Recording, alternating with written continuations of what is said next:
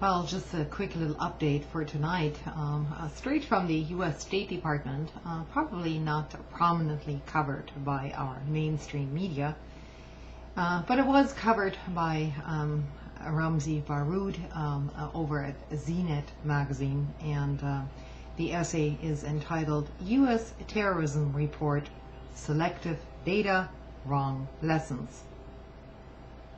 This was published on the 11th of May. The data provided in the U.S. State Department's annual terrorism report for 2007 points to some interesting, if puzzling, conclusions. The publicized document, made available on the 30th of April and not covered in the mainstream news, as you might imagine, via the State Department's own website, makes no secret of the fact that Al-Qaeda is back stronger than ever.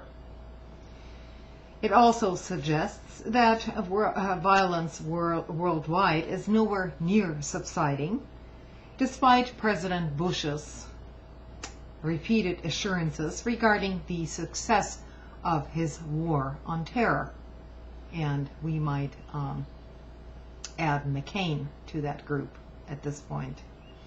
Will the report inspire serious reflection on the U.S.'s detrimental foreign policy and its role in the current situation? Probably not. Let's look at some of the data. To start with, take Pakistan.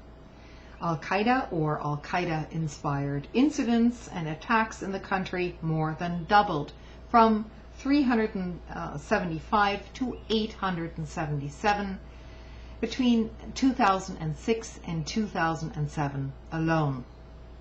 These attacks have claimed the lives of thousands of people, compared to only 335 the previous year. That's a jump of almost 300%.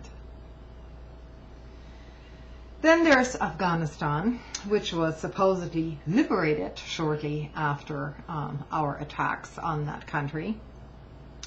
And the Taliban is also back over there, stronger than ever.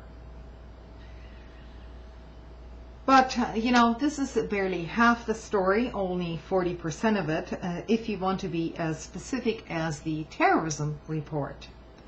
Iraq accounted for 60% of worldwide terrorism fatalities, considering the fact that the horrifying violence currently witnessed in Iraq was unheard of prior to the U.S. invasion of that country. Will the Bush administration take a moment to consider the dots or to connect them? Of course not. Even a third grader can figure out what is going on here. The U.S. occupation was a major, if not the sole factor in contributing to this bloodbath over there. In order to right the wrong in Iraq, the U.S. military should clearly just withdraw, as 98% of Iraqis want them to do. And Bush, or whoever next claims the White House, should stop fabricating pretexts to justify a prolonged mission in that region. On May the 1st, 2003, Bush declared the end of major combat operations in Iraq. We all remember him standing on that aircraft carrier in his cute little flight suit, saying mission accomplished. Of course, maybe many people don't even remember that anymore. It's too long ago. The attention span seems to be too short.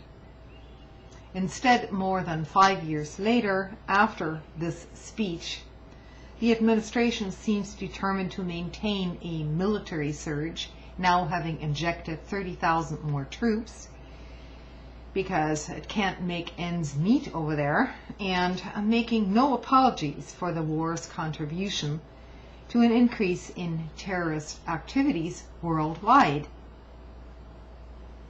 Bush officials and also McCain officials and some others continue to rationalize the surge as a common sense response to ongoing violence, conveniently admitting the US's own part in it. The State Department's report doesn't classify any of the thousands of innocent victims killed by US or coalition forces or anyone else, and they number in the hundreds of thousands by now. What the State Department's terrorism report didn't fail to point out was once again to identify Iran as the world's most active state sponsor of terrorism. As reported in the Associated Press on the 1st of May, Iran was responsible for supporting Palestinian extremists and insurgents in Afghanistan and Iraq. First of all, there are no Palestinians in Afghanistan. Secondly, yes, there are groups that collaborate with each other, but who is actually the state sponsor of terrorism? And now we have the situation, ongoing situation in Lebanon, and nothing is being resolved. In fact, the ante is being upped continuously, while the neocons are still hoping to push their objectives through to convert the entire Middle East into a democracy, sort of like we have here, where you have executive powers with no limits. The Middle Eastern people are probably saying, you know, well, we already have that here. So,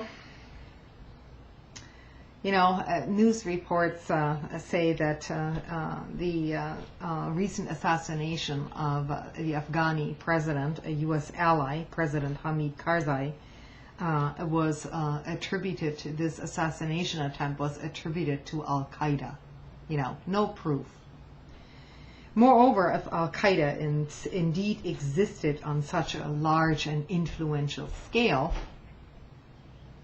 in so many countries, isn't it time to question the logic used by the Bush administration and others about the war on terror that was meant to weaken and destroy Al-Qaeda?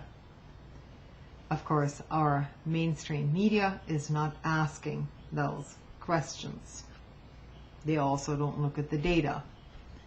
They essentially serve as the official press of our government, just taking notes and then putting these notes out to the public without any serious challenges whatsoever. You know, also, instead of dealing with the obvious truths that the terrorism report highlights, the authors of the report have resorted to another logic that places blame squarely on external circumstances, never holding the U.S. government accountable for anything.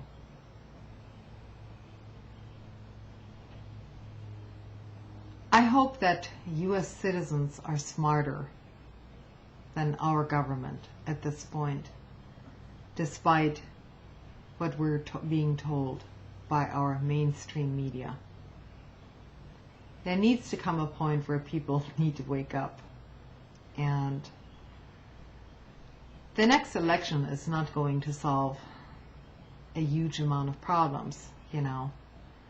But we need to look things squarely in the face and start putting the blame also in our own backyards. Thanks for listening.